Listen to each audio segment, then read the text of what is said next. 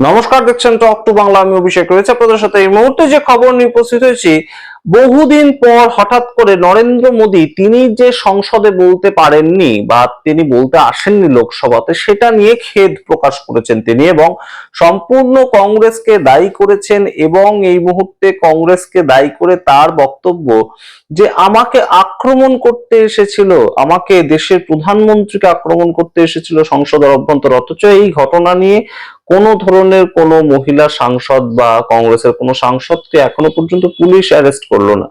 আপনাদের সমস্ত ঘটনাটা বলি যে প্রধানমন্ত্রীর রাষ্ট্রপতির ভাষণ, লোকসভায় বাজেট অধিবেশনে রাষ্ট্রপতির ভাষণের উপর তার বক্তব্য রাখার কথা ছিল, কিন্তু সেই বক্তব্য রাখার আগেই দেশের প্রধানমন্ত্রী বিকেল 5টার সময় আসার কথা ছিল এবং তার আগে বিরোধীদের পক্ষ থেকে বিভিন্ন মহিলা সাংসদরা, প্রধানমন্ত্রীর সিট তখন ফাঁকা ছিল, প্রধানমন্ত্রী আসেননি সংসদে, তখন গিয়ে তারা আন্দোলন প্রদর্শন করেন একদম প্রধানমন্ত্রীর সিটের কাছাকাছি গিয়ে এবং সেই সিটটাকে ঘিরে ধরে সেখানে সুপ্রিয়া শোলে ছিলেন, তার সঙ্গে আমরা দেখতে পেয়েছিলাম মহুয়া মৈত্র ছিলেন, প্রিয়াঙ্কা গান্ধী ছিলেন এবং ডিম্পল ইয়াদব, তাদের মতন নেত্রীরা ছিলেন এবং মহিলা সাংসদরা গিয়ে সেখানে প্রোটেস্ট দেখিয়েছিলেন এবং সম্পূর্ণ বিষয়টা হয়েছিল ট্রেড ডিল নিয়ে।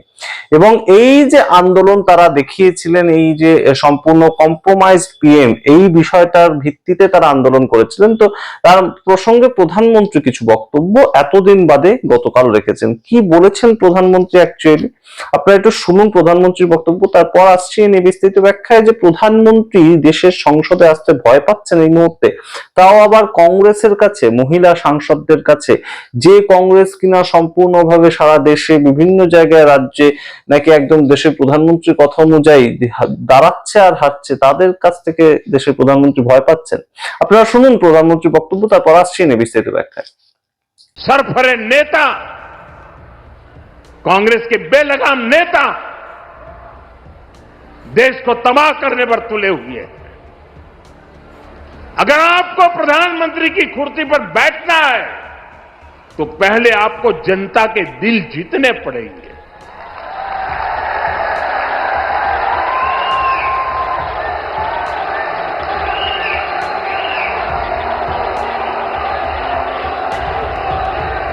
महिलाओं एमपीओ को भेज करके सीट पर कब्जा करने से आप प्रधानमंत्री नहीं बन सकते हो। और माताओं बहनों को इस प्रकार से आगे करने की क्या मजबूरी है आपकी? क्या इतने खोखले हो गए हो आप लोग? साथियों, कांग्रेस देश के लिए बोझ बन गई। আপনারা শুনলেন দেশের প্রধানমন্ত্রী নরেন্দ্র মোদীর বক্তব্য এবং এই মুহূর্তে নরেন্দ্র মোদী যে বক্তব্যটা রাখছেন তার মূল যে পয়েন্টগুলো, সেই পয়েন্টগুলো হচ্ছে যে প্রধানমন্ত্রী ভারতবর্ষের সংসদে অসুরক্ষিত। এটাই তো প্রমাণিত। তার কারণ সংসদের লোকসভায় স্পিকার পর্যন্ত ওম বিড়লা তিনি বলেছেন যে আমার কাছে খবর ছিল প্রধানমন্ত্রীকে আক্রমণ করা হতে পারে, কংগ্রেসের কিছু সাংসদ আক্রমণ করতে পারে এবং তার পরিপ্রেক্ষিতে কংগ্রেসের এই সাংসদদের আচরণের জন্য স্পিকার ওম বিড়লা নাকি দেশের প্রধানমন্ত্রীকে আসতে না করেছিলেন, তেমন তিনি জানিয়েছিলেন। এবং এর পরিপ্রেক্ষিতে এই মুহূর্তে দেশের প্রধানমন্ত্রীকে রাহুল গান্ধী কিন্তু ছাড়েননি। রাহুল গান্ধী তার যে বক্তব্যটা সেটা কিন্তু একদম সযত্নে দেশের প্রধানমন্ত্রীর যে এপস্টিন ফাইলের নাম রয়েছে সেখান থেকে শুরু করে তিনি যে কম্প্রোমাইজড হয়ে এপস্টিন ফাইলের চাপে আদানির কেসের জন্য বিভিন্ন জায়গা সূত্র ধরে তিনি যে এই যে ট্রেড ডিলটা সই করে এসেছেন সেই বিষয়গুলো কিন্তু শুনিয়েছিলেন। অন্তত আমরা দেখতে পেয়েছিলাম বাজেট সম্পর্কে বলতে গিয়েও এই বিষয়গুলো সম্পর্কে তিনি বলেছিলেন। এবং সবচেয়ে বেকায়দায় যদি ভারতীয় জনতা পার্টিকে এই গত বাজেট অধিবেশনের প্রথম যে পর্বটা সেখানে কেউ ফেলে থাকে সেটা নারভানে। তার কারণ তার লেখা একটি বই, সেটা নিয়ে চরম বিতর্ক তৈরি হয় এবং সেটা তারাই দেশের প্রধানমন্ত্রী যে কতটা ভয় পেয়ে কিছু কিছু সিদ্ধান্ত গ্রহণ করেন সেটা রাহুল গান্ধী হয়তো প্রমাণ করেছিলেন। এবং তার বক্তব্য অনুযায়ী জো উচিত সমঝো ওহি করো, এই কথার যে অভিঘাত, একদম দেশের প্রধানমন্ত্রীর যে একদম বিশ্বগুরুর যে ছবিটা, বীর দর্পে তিনি একদম বেরিয়ে আসেন, সব সময় দেখানোর চেষ্টা হয়, সেই যে ইমেজটা তিনি বিল্ড করেছিলেন সেটা যে একদম ঠুনকো একদম রীতিমতন কোনো একটা বেকায়দায় পড়লেই ভেঙে যেতে পারে, সেই কথাটা রাহুল গান্ধী কিন্তু খুব স্পষ্টভাবে ব্যাখ্যা করেছেন বিভিন্ন ক্ষেত্রে। এবং সেইখান থেকেই এই মুহূর্তে নরেন্দ্র মোদী তিনি হয়তো কোথাও গিয়ে এটার একটা পাল্টা অ্যান্সার দিতে চেয়েছেন। তার কারণ সামনেই জানেন 9ই মার্চ শুরু হতে যাচ্ছে এই বাজেট সেশনের দ্বিতীয় পর্ব, এবং সেখানেও তো বিভিন্ন পরিপ্রেক্ষিতে দেশের প্রধানমন্ত্রীকে আসতে হবে। এবং দেশের প্রধানমন্ত্রী যদিও সংসদে বেশি থাকেন না, কেন থাকেন না তার বিভিন্ন হয়তো কাজকর্ম থাকে বা সংসদে থাকার প্রয়োজন বোধ করেন না, কিন্তু এই যে সংসদে থাকতে না পারা সেই সম্বন্ধে কিন্তু দেশের প্রধানমন্ত্রী যথেষ্ট ওয়াকিবহল। এবং তার যে রীতিমতন স্পিচ ছিল, যেটা শেষ পর্যন্ত তাকে রাজ্যসভায় পাঠ করতে হয়, এবং রাজ্যসভাতেও আমরা দেখতে পাই যতক্ষণ তিনি বলেছেন তার মধ্যে প্রথম 5 মিনিট রীতিমতন অস্বস্তিতে তিনি বলেছেন, কারণ অপোজিশনরা কন্টিনিউয়াসলি সেখানে স্লোগানিং করছিলেন। তো এই প্রধানমন্ত্রীর বক্তব্য অনুযায়ী তার সিটটা নাকি দখল করে নিতে চাইছে রাহুল গান্ধী এবং কংগ্রেস। এটা তো সম্ভব নয়, কারণ রাহুল গান্ধীও জানেন অষ্টাদশ লোকসভা নির্বাচনের রেজাল্ট অনুযায়ী দেশের প্রধানমন্ত্রী বানিয়েছেন মানুষ নরেন্দ্র মোদীকে, এবং তাকে অপোজিশন লিডার বানিয়েছে। সেটা কেন তার মূল লক্ষ্য হতে যাবে? মূল লক্ষ্য কংগ্রেসের পক্ষ থেকে একটা প্রোটেস্ট দেখানো ছিল, সেটা সেই ক্ষেত্রে তারা সামনে এগিয়ে গেছে, ওয়েলে নেমে প্রোটেস্ট দেখানো। এটা বহুদিনের আমাদের সংসদের একটা রীতি। এমনকি গত সময় যখন এর আগে যখন ইউপিএ সরকার চলতো, ইউপিএ 2 সরকার চলতো, সেখানে দেশের প্রধানমন্ত্রী তৎকালীন সময় ছিলেন ডক্টর মনমোহন সিং। তিনি সংসদে দাঁড়িয়ে বক্তব্য রাখছেন, সেই সময় পর্যন্ত তার মুখোমুখি চলে গিয়েছিলেন বিভিন্ন বিজেপির সাংসদ। এরকম ভাবেও আমরা দেখেছি বিষয়টাকে। কিন্তু সেই বিজেপি এখন এতটাই সম্পূর্ণভাবে বিরোধী শূন্যতা চাইছে সংসদের অভ্যন্তরে, সংসদের বাইরে, যে কোনো মতেই দেশের প্রধানমন্ত্রী সহ্যই করতে পারছেন না যে মহিলা সাংসদ কিংবা কোনো সাংসদ তাদের বিরোধিতা করবে সংসদের অভ্যন্তরে।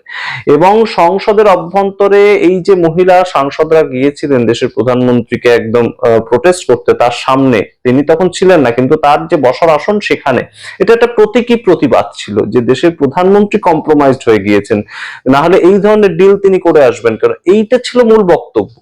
তো সেটা করতে গিয়ে কোথাও গিয়ে ভারতীয় জনতা পার্টির পক্ষে টিডিপি দলের এক সাংসদ টিভিতে বসে বলেছেন যে মহিলারা নাকি দেশের প্রধানমন্ত্রীকে দাঁত দিয়ে কেটে দিত, দাঁত দিয়ে কামড়ে দিত, তেমন অভিযোগ জানিয়েছেন টিডিপি দলের একজন সাংসদ। এবং সেটা তাই জন্য দেশের প্রধানমন্ত্রী সেখানে যেতে ভয় পেয়েছেন। তো এই যেখানে অবস্থা, তো তাদের বিরুদ্ধে কেন সঙ্গে সঙ্গে সাসপেনশনের নোটিশ এলো না এখনো পর্যন্ত? কেন প্রিয়াঙ্কা গান্ধী এবং তার সঙ্গে যারা যারা রয়েছেন সেখানে একদম দেখা যাচ্ছে, সুপ্রিয়া সুলে ছিলেন, মহুয়া মৈত্র ছিলেন, ডিম্পল যাদব ছিলেন, তাদের নামে কেন হঠাৎ করে এখনো পর্যন্ত আমরা দেখতে পেলাম না কোনো সাসপেনশনের নোটিশ কিংবা তদন্তের নোটিশ? তেমন তো কিছু হলো না। অন্যদিকে ইন্ডিয়া অ্যালায়েন্সের 118 জন সাংসদ কি ওম বিড়লার বিরুদ্ধে চিঠি লিখলো, এবং তার মূল যে জায়গাটা, সেই মূল জায়গাটার মধ্যে অন্যতম গুরুত্বপূর্ণ প্রেক্ষাপটটা হচ্ছে যে এই ধরনের কথা তিনি বলেছেন, এই ধরনের অভিযোগ তিনি করেছেন মহিলা সাংসদদের নামে।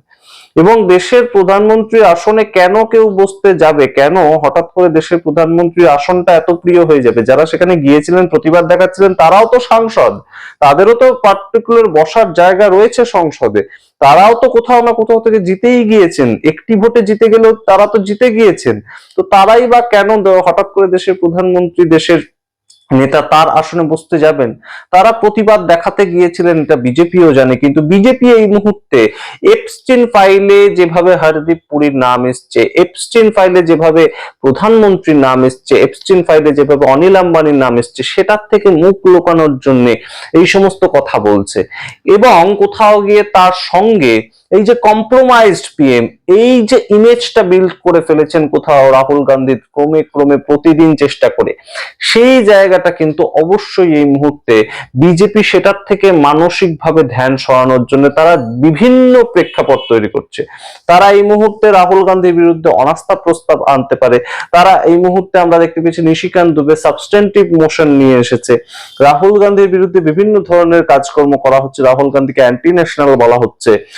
এটা একদম সরাসরি কিরেন রিজিজু বলেছেন রাহুল গান্ধী নাকি অ্যান্টি ন্যাশনাল। তো তার বিরুদ্ধেও কেন কোনো ধরনের ব্যবস্থা নেওয়া হচ্ছে না, এই প্রশ্ন তো এই মুহূর্তে ওঠে।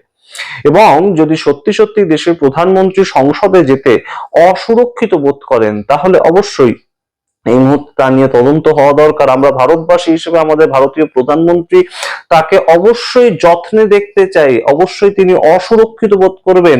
দেশের সবচেয়ে বড় পঞ্চায়েত যেটা লোকসভা, সেখানে যেতে, সেটা তো কখনোই কাঙ্ক্ষিত নয়। আমাদের দেশ তো সবচেয়ে বৃহৎ গণতন্ত্র সারা পৃথিবীর মধ্যে, তো সেখানে দেশের প্রধানমন্ত্রী যেতে ভয় পাবেন কেন? এই প্রশ্নের কি উত্তর ভারতীয় জনতা পার্টি দেবে আমরা জানি না। তবে দেশের প্রধানমন্ত্রী খুব একটা যে হালকা ভাবে বিষয়টাকে নেননি, খুব একটা যে কংগ্রেসের এই অ্যাগ্রেশনটাকে গ্রহণ করতে পারছেন না, এবং বিভিন্ন রাজ্যে ভোটের আগে এইভাবে যে সংসদে দেশের প্রধানমন্ত্রী আসলেন না, তার যে কি প্রভাব পড়েছে ভারতীয় জনতা পার্টির ওপর। ভারতীয় জনতা পার্টিকে এখন এটা বিভিন্ন জায়গায় শুনতে হচ্ছে যে আপনাদের বিশ্বগুরু তো মশাই সংসদে আসতেই ভয় পান বক্তব্য রাখতে, তাই আপনাদের বিশ্বগুরুর যে ইমেজ সেটার কি হলো? এই বিষয়টা ঘটছে সারা দেশ জুড়ে, সোশ্যাল মিডিয়াতেও এটা ঘটছে। তো সম্পূর্ণ বিষয়টা নিয়ে আপনাদের কি বক্তব্য অবশ্যই কমেন্ট বক্সে কমেন্ট করুন। দেখতে থাকুন টক টু বাংলা। অবশ্যই টক টু বাংলা ইউটিউব চ্যানেলটিকে সাবস্ক্রাইব করে দিন। ধন্যবাদ।